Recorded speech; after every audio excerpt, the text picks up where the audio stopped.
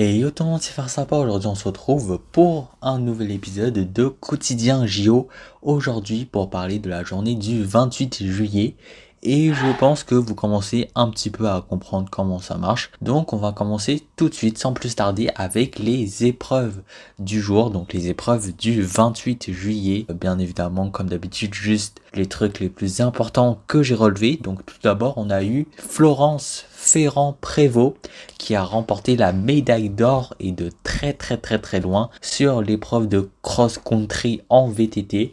Donc voilà, elle avait une très grande avance sur tous les autres concurrents. Donc elle a facilement remporté la médaille d'or qui lui a toujours manqué au cours de sa longue carrière. Elle a souvent échoué très proche du but, mais là finalement elle remporte l'or à la maison.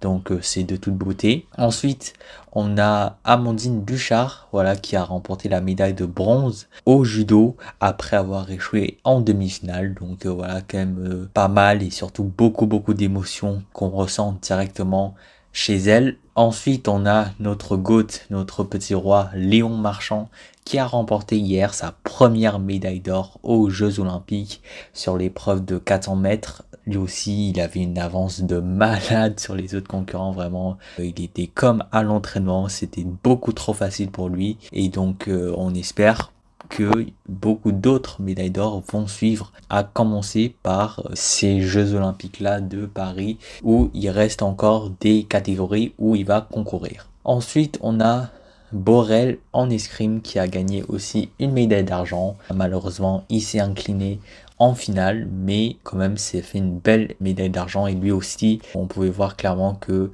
c'était un moment très émouvant pour lui. Donc maintenant pour ce qui est des sports collectifs, comme d'habitude il y a eu la deuxième journée du tournoi de handball féminin avec ces résultats là, donc une victoire notamment de l'équipe de France sur les Pays-Bas, et je vous montre l'état des groupes qui commencent tranquillement, doucement à se compléter un peu, même si bien sûr là on est encore seulement au début et il y a encore beaucoup de choses qui vont se passer. Ensuite, il y a eu également la première journée du tournoi de hockey sur gazon féminin avec ces résultats là où cette fois-ci la France a perdu pour son match d'ouverture et l'état des groupes, mais là encore une fois c'est vraiment juste le tout début. Ensuite, il y a eu la première journée également du tournoi de water polo masculin cette fois-ci avec ces résultats là où la France s'est inclinée de justesse face à la Hongrie. Et voici l'état des groupes, à savoir que la différence avec le tournoi féminin, c'est que le tournoi masculin, c'est 2 groupes de 6 équipes et les 4 premiers de chaque groupe se qualifient. Ensuite, il y a eu donc la première journée du tournoi de basket masculin. Et ça, c'est un peu spécial vu que je la mets dans la vidéo d'aujourd'hui, même si 4 matchs sur 6 se sont produits hier. Mais je préférais que toute la première journée soit terminée pour pouvoir vous afficher tout ça ensemble. Donc voilà, avec donc une victoire de l'équipe de France, mais ça c'était techniquement hier. Et donc on a les résultats des 3 groupes après la première journée. Ensuite, il y a également eu le tournoi de rugby à 7 féminin. Comme pour les hommes, le rugby à 7, ça va très vite. Donc on a déjà eu les 2 premières journées de la phase de groupe qui se sont déroulées. Donc la France a joué 2 matchs. Et vous pouvez voir également donc l'état des groupes directement. C'est quand même déjà pas mal complet, à savoir qu'aujourd'hui donc il y aura la dernière journée des phases de groupe ainsi que les quarts de finale de ce tournoi là. Donc vraiment ça va très vite. Pour finir, on a également eu la deuxième journée cette fois-ci du tournoi de football féminin où la France a perdu face au Canada à la dernière minute.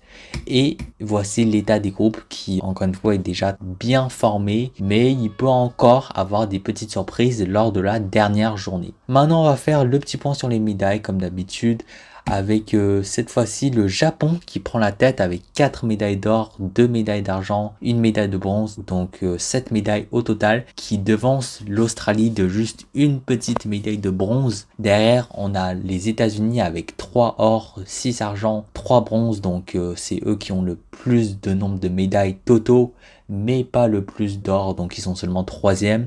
La France juste derrière avec 8 médailles, mais seulement 3 d'or. Après on a la Corée du Sud avec 3 or, 2 argent, 1 bronze. La Chine, 3 or, 1 argent, 2 bronzes. L'Italie, tout de suite ça descend beaucoup plus avec une médaille d'or, 2 d'argent, 3 de bronze. Le Kazakhstan, la Belgique, l'Allemagne, Hong Kong et l'Ouzbékistan, chacun une médaille d'or. La Grande-Bretagne, 2 médailles d'argent. Ensuite, Brésil, Canada, Fidji, Kosovo, Mongolie, Pologne, Tunisie, chacun une médaille d'argent. Suède, 2 médailles de bronze. Puis Égypte, Espagne, Hongrie, Inde, Moldavie, Mexique, Afrique du Sud, chacun une médaille de bronze. Maintenant, pour ce qui est des épreuves à venir, donc aujourd'hui, le 29 juillet, il y aura tout d'abord du tir sportif, plus précisément les finales de carabine à 10 mètres pour les femmes et les hommes au Centre national de tir à Châteauroux. Donc pour les femmes, ça sera à 9h30, tandis que pour les hommes, ça sera à midi. Les deux seront à suivre sur la chaîne numérique Paris 2024 de France TV sur leur site internet, tandis que Eurosport 1 diffusera la finale des femmes. Ensuite, on a aussi une finale de plongeon de haut vol synchronisé à 10 mètres pour les hommes. Ça aussi, c'est une partie directe, donc il n'y a pas eu de préliminaire, c'est directement le match pour la médaille au centre aquatique à Saint-Denis. Ça sera à 11h sur la chaîne numérique de France TV. Ensuite, on a donc la première finale de gymnastique artistique dans ces JO, plus précisément dans la catégorie de compétition par équipe. Pour les hommes, ça se passera à l'Accor Hotel Arena de Bercy et ça sera à 17h30 sur, encore une fois, la chaîne numérique de Paris 2024. Ensuite, on aura pas mal d'escrime également, comme ces derniers jours. Aujourd'hui, ça sera les épreuves de sabre individuel féminin et fleuret individuel masculin. Comme hier, comme avant-hier, ça va être une journée où toute la compétition de ces deux catégories-là va se passer. C'est-à-dire qu'on débute la journée avec le premier tour, avec le 32e de finale,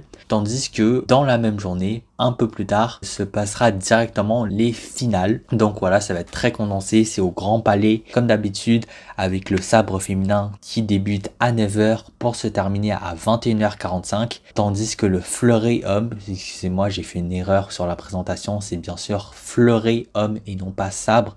Fleuret homme donc débutera à 9h25 et la finale à 22h10.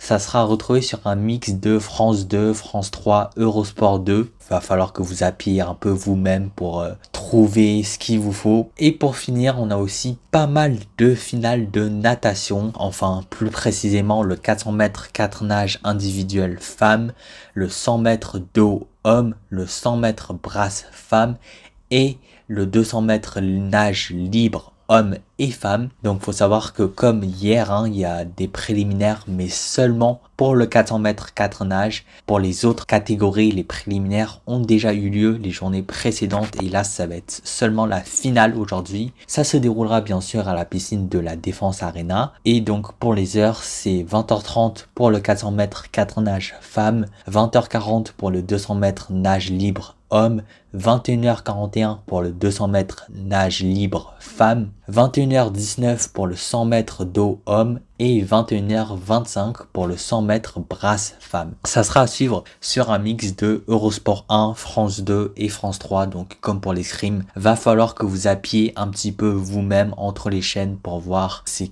lequel qui diffuse, lequel à quel moment précis. Ensuite, pour ce qui est du zapping, donc on a eu la skateuse brésilienne Ressa Lille, par ailleurs qui a été médaillée, qui a fait en langage des signes un message qui dit que Jésus est la vie, Jésus est la voie, Jésus est l'amour. Petit truc assez sympa que j'ai voulu mettre tout simplement. Donc c'est la fin de cet épisode, j'espère qu'il vous aura plu. Comme d'habitude, on se dit à demain pour une nouvelle vidéo. Salut tout le monde, c'était Farce Pas, à plus à la prochaine. Allez, ciao!